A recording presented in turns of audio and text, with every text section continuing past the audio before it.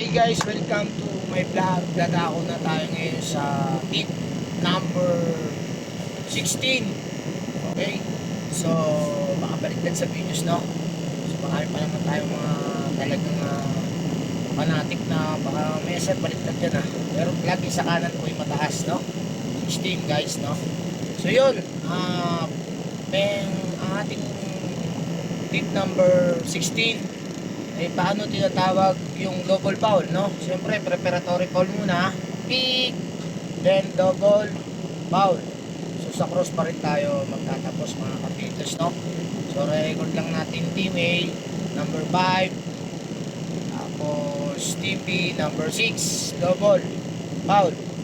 So, yan po ang ating ano dyan, pinaka-signal natin, no? Mga kapitos. So, maraming salamat. Another tip. Bye bye and God bless you all.